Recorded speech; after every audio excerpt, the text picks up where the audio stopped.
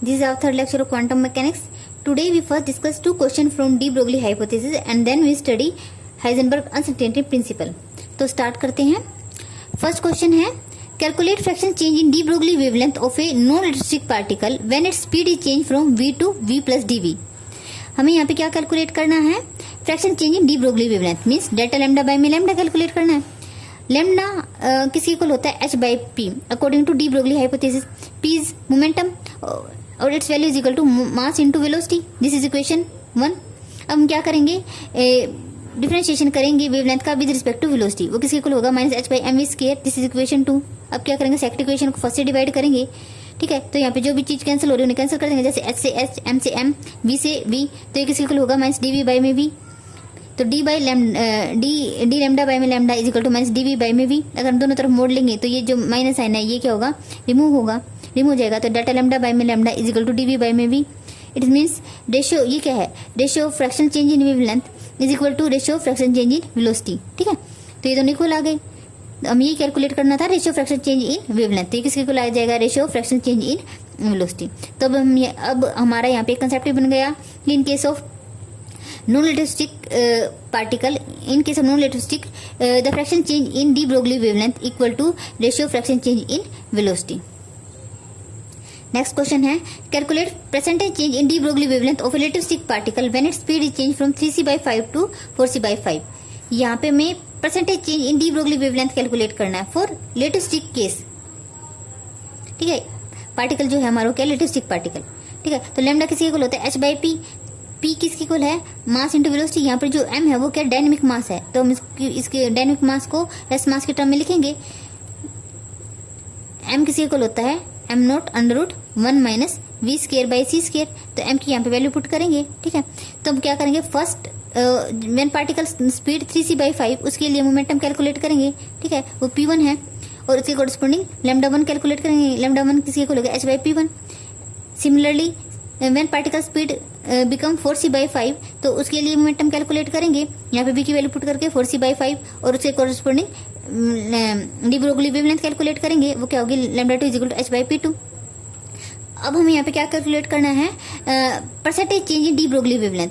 ठीक है, means lambda minus lambda 2 divide by में लैम्डा 1 इंटू 100. परसेंटेज चेंज के लिए 100 से मल्टीप्लाई कर देंगे. ठीक है, अब हम क्या करेंगे? लैम्डा 1 लैम्डा 2 की वैल्यू पुट करेंगे. ठीक है, उसे सोल्व करेंगे तो इससे इक्वल आ जाएगा 700 बाई में 16%. ठीक है, नेक्स्ट है Heisenberg uncertainty principle. According to Heisenberg uncertainty principle, if Qi and Pi be the generalized element of Qi and Pi, then product of del Qi and del Pi greater than equal to h cross by 2. Here, del Qi and del Pi is the uncertainty in the measurement of generalized coordinate and generalized momentum, or we can say del Qi and del Pi is the error in the measurement of generalized coordinate and momentum. Actually, Heisenberg uncertainty principle is a direct consequence of de Broglie hypothesis, because from de Broglie hypothesis, a particle is represented by a wave packet, and a wave packet has a speed. It means there is uncertainty in position, and in wave packet consists of a large number of waves. So each wave have a different wavelength, so different value of k, because lambda is equal to 2 pi by में k. Here k is wave vector, and so different value of k means propagation constant. So momentum is also different. So there is a large number of momentum. So uncertainty in momentum. ठीक है, तो क्योंकि because p किससे related होता है? h cross k के. अगर k में डिफरेंट वैल्यू है, डिफरेंट है, तो p भी क्या होगा? उसके कोरस्पोंडिंग डिफरेंट होगा. ठीक है, तो यहाँ पे लार्ज वैल्यू मोमेंटम होने के चलते जो मोमेंटम होगा उसमें भी क्या होगी? अनसर्टेनिटी प्रेजेंट होगी. ठीक है, तो therefore we can say there is uncertainty in position and momentum as said by the Heisenberg uncertainty principle. ठीक है, तो यहाँ से क्लियर हो गया. नेक्स्ट है कि in product calculation we use product of del Qi and del Pi approximate equal to h cross. हम यहाँ पे क्या करेंगे? h क्रॉस बाय 2 ना लेके हम सिंपल h क्रॉस ले सकते हैं. ठीक है, नेक्स्ट क्या है कि अगर हम क्या करें? डेल Qi को डेल x से रिप्लेस कर दें. ठीक है, तो इसके कोरस्पोंडिंग डेल x के कोरस्पोंडिंग जो जनरलाइज मोमेंटम होगा वो क्या होता है? Del Px. ठीक है, तो किसी को हो जाएगा h क्रॉस बाय 2k. अगर हम कोऑर्डिनेट को डेल्टा थीटा से रिप्लेस करेंगे तो उसके कोरस्पोंडिंग जो जनरलाइज मोमेंटम होगा वो क्या होगा, डेल्टा पी थीटा, ठीक है। और if we replace the coordinate by delta T, तो इसके के साथ क्या जो टर्म आएगी वो क्या होगा, डेल्टा ई, ठीक है। क्यों? क्योंकि जो टाइम है, टाइम से रिलेटेड क्वांटिटी एनर्जी है। इसको हम क्लासिकल मैकेनिक्स में भी देखो पढ़ते हैं। क्लासिकल मैकेनिक्स में हम ये पढ़ते हैं ना कि if Lagrangian is invariant under time translation then energy of the system is conserve, ठीक है। तो वहां पे भी टाइम जो होता है एनर्जी से रिलेटेड होता है, तो इसलिए यहाँ पे प्रोडक्ट ऑफ डेल्टा टी और delta E greater than equal to h cross by 2 होगा, ठीक है। नेक्स्ट इंपॉर्टेंट पॉइंट है equality hold in Heisenberg uncertainty relation only for Gaussian wave packet means we get minimum uncertainty for Gaussian wave packet। देखो Heisenberg uncertainty principle के according del Q I और del P X del P इसे corresponding generalize momentum का product क्या होता है, greater than equal to h cross by 2। लेकिन ये रिलेशन इक्वल टू हो जाएगा, equal to h cross by 2 in case of Gaussian wave packet, ठीक है। इक्वल होने का मतलब क्या है कि Gaussian वेव फंक्शन के लिए जो अनसर्टेनिटी होगी वो क्या होगी, मिनिमम होगी, ठीक है। ये कई बार न्यूमेरिकल में यूज हो जाता है, ठीक है। नेक्स्ट है, अब हम देखते हैं कि एनर्जी में अनसर्टेनिटी का क्या मतलब है। अब देखो यहाँ पे डेल टी और डेल ई का प्रोडक्ट क्या है, h cross greater than equal to h cross by 2। Delta E क्या है यहाँ पे, अनसर्टेनिटी इन एनर्जी। तो इसका मतलब समझते हैं वो क्या है। देखो इन क्लासिकल मैकेनिक्स में हम क्या देखते हैं कि अगर कोई पार्टिकल है जिसका मास क्या है m है, वो v वेलोसिटी से मूव कर रहा है, तो हम उसकी करंट एनर्जी निकली है तो हम डायरेक्ट लिख देते हैं कि उसकी काइनेटिक एनर्जी किसी इक्वल है 1/2 mv²। बट यहाँ पे हम क्वांटम मैकेनिक्स में ऐसा नहीं कर सकते। क्यों? क्योंकि हम क्वांटम मैकेनिक्स में यहाँ पे कह रहे हैं कि जो पार्टिकल है वो किसके इक्वल है, वेव पैकेट के इक्वल है, ठीक है। और वेव पैकेट में क्या होता है, large number of wave packet is a group of wave. और ग्रुप ऑफ वेव में क्या है, डिफरेंट वेवलेंथ है, उसके कॉरस्पोंडिंग डिफरेंट के वैल्यू है और उसके साथ डिफरेंट वैल्यू ऑफ मोमेंटम है, ठीक है। और different value of momentum, different value of की का मतलब यहाँ पे डिफरेंट वैल्यू ऑफ एनर्जी होगी, मीन्स एनर्जी में अनसर्टेनिटी प्रेजेंट है, ठीक है। तो अब इसमें देखो क्या है, because of uncertainty in energy level of excited state, these state have a finite lifetime. That's why de-excitation occur from excited state to ground state. क्योंकि एनर्जी में अनसर्टेनिटी होने की वजह से ही देखो, अगर ये अनसर्टेनिटी, ये डेल एक्स की वैल्यू क्या है, कुछ फाइनाइट है, तो डेल टी की वैल्यू भी क्या होगी, फाइनाइट ही आएगी। बट अगर क्या हो जाए कि डेल ई की वैल्यू क्या हो जाए, जीरो हो जाए, मतलब कि हम जो एनर्जी लेवल है उन्हें क्या कहे, वो क्या शार्पली डिफाइन है, ठीक है। उनकी एक पर्टिकुलर वैल्यू है, इसमें मतलब कि अनसर्टेनिटी है ही नहीं। तो डेल्टा ई अगर जीरो हो जाएगा तो इसका मतलब डेल्टा टी है वो क्या हो जाएगा, इनफाइनाइट हो जाएगा। तो इसका मतलब डेल्टा टी इनफाइनाइट हो गया। तो अगर किसी केस में हम क्या करते हैं, इलेक्ट्रॉन को एक्साइटेड कराते हैं, ठीक है। तो इलेक्ट्रॉन अपने ग्राउंड स्टेट से एक्साइटेड स्टेट में गया तो वो क्या करेगा, वापस तो आएगा नहीं, क्योंकि उसमें ट्रांजिशन होगा ही नहीं, क्योंकि उसमें क्या हो जाएगा, डेल्टा टी इनफाइनाइट, ठीक है। तो अब इसमें यही बता रखा है, because of uncertainty in energy level of excited state, their state have a finite life time, that's why the excitation occur from excited state to ground state. इसलिए हम क्या मान के चलते हैं कि जो एनर्जी लेवल है एक्साइटेड स्टेट के, वो क्या है, वो शार्पली डिफाइन नहीं है, उनमें क्या कुछ अनसर्टेनिटी है, ठीक है। मतलब वो क्या है, बैंड के जैसे हैं, ठीक है। If delta E is equal to 0 for excited state, then delta t किसके अप्रोक्सीमेट हो जाएगा, इन्फिनिटी के, ठीक है। So lifetime of excited state will be infinite. So there would not be any transition from excited state to ground state, ठीक है।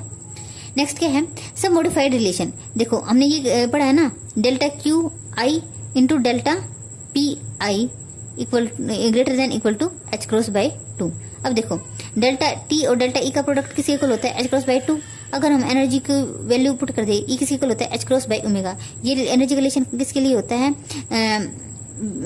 Particle के लिए, और इलेक्ट्रोमैग्नेटिक वेव में भी हम ये यूज करते हैं, ठीक है। E equal to h cross omega.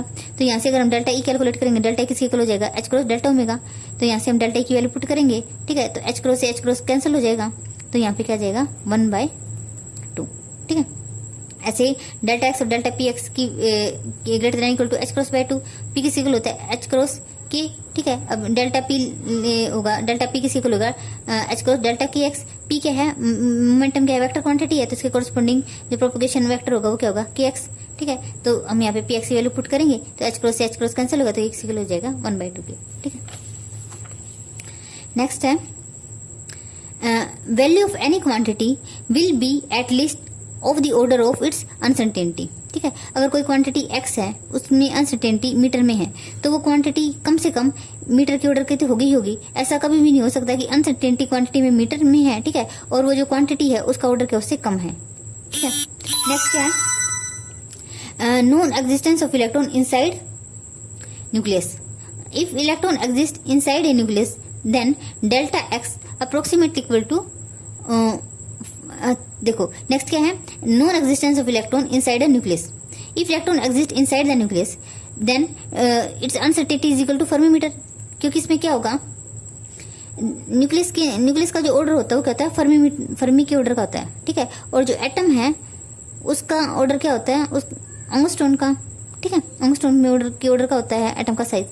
तो इसमें क्या है, अब हम ये प्रूव करेंगे from the Heisenberg uncertainty principal कि जो इलेक्ट्रॉन है वो न्यूक्लियस के अंदर एग्जिस्ट नहीं कर सकता। If electron exist inside the nucleus, तो उसमें जो अनसर्टेनिटी होगी वो किसके ऑर्डर की होगी, फर्मी के ऑर्डर की होगी, ठीक है। इसका मतलब फर्मी का मतलब क्या होता है, 10⁻⁻15 मीटर। और according to Heisenberg uncertainty principle delta X और डेल्टा पी एक्स किसी अप्रोक्सीमेट किसके इक्वल है, एच क्रॉस के। तो यहाँ से हम डेल्टा पी एक्स कैलकुलेट करेंगे तो वो क्या हो जाएगा, डेल्टा एक्स की वैल्यू पुट करेंगे, वो डेल्टा पी एक्स हो जाएगा 10⁻15 एच क्रॉस। इफ ठीक है, अब यहाँ से मोमेंटम की वैल्यू पता लगी। अब कैलकुलेट करते हैं kinetic energy of electron. Kinetic energy of electron inside the nucleus is equal to P square by में 2m। तो यहाँ से हम क्या करेंगे, पी का स्क्वायर करेंगे, ठीक है, और ये क्या है 2m। तो पी का स्क्वायर करेंगे तो कितना 10⁻30 एच स्क्वायर 2u का यू, और m क्या है, mass of electron. Mass of electron की वैल्यू पुट करेंगे 9.1 10⁻31, ठीक है, और h की वैल्यू पुट करेंगे 1 × 10⁻34 जूल पर सेकंड। इन सभी की वैल्यू पुट करने के बाद इसकी एनर्जी कैलकुलेट करेंगे, वो जूल में आएगी, ठीक है। उसको हम क्या करेंगे, इलेक्ट्रॉन वोल्ट में कन्वर्ट करेंगे बाय डिवाइड 1.6 10⁻19, ठीक है। फिर जो एनर्जी हमारी कैलकुलेट करने के बाद आएगी वो क्या होगी, मेगा इलेक्ट्रॉन वोल्ट के ऑर्डर में होगी, वो क्या होगी 10⁻4 मेगा इलेक्ट्रॉन वोल्ट। ये क्या है कि अगर इलेक्ट्रॉन न्यूक्लियस के अंदर एग्जिस्ट कर रहा है तो उसकी एनर्जी इस ऑर्डर की होनी चाहिए, ठीक है। If electron exist inside the nucleus then kinetic energy is 10⁻4 mega electron volt order, ठीक है। But kinetic energy of electron inside in beta decay is much lower mega electron volt. मतलब कि जो इलेक्ट्रॉन बीटा डीके के अंदर electron जो निकलता है ना, उसकी एनर्जी क्या होती है, मेगा इलेक्ट्रॉन वोल्ट की तो होती है, लेकिन उसका ऑर्डर क्या होता है, लोअर होता है। जैसे कि यहाँ पे 10⁻4 है तो इसमें क्या होगा, कुछ मेगा इलेक्ट्रॉन वोल्ट होगी, ठीक है। So this is tell that electron observe in beta decay does not come out of the nucleus. तो इससे हमें पता लग रहा है कि अगर इलेक्ट्रॉन जो इलेक्ट्रॉन बीटा डीके में इमिट हो रहा है वो न्यूक्लियस के अंदर एग्जिस्ट नहीं कर रहा, ठीक है। देखो ये बात हमें न्यूक्लियर में पढ़ते हैं कि बीटा डीके के केस में क्या होता है कि इलेक्ट्रॉन न्यूक्लियस में से निकलता है, तो एक्चुअल में इलेक्ट्रॉन वहाँ पे एग्जिस्ट नहीं कर रहा होता न्यूक्लियस के अंदर। वो क्या होता है, जब न्यूट्रॉन का प्रोटॉन में कन्वर्जन होता है तो वहां से इलेक्ट्रॉन इमिट होता है, ठीक है। और देखो इसको बैलेंस करने के लिए हमें क्या लिखना पड़ता है यहाँ पे, एंटी न्यूट्रिनो, ठीक है। ये जब आप न्यूक्लियर पढ़ोगे तो मैं आप समझ जाओगे कि इलेक्ट्रॉन के साथ क्या आएगा, उसका एंटी पार्टिकल एंटी न्यूट्रिनो, ठीक है।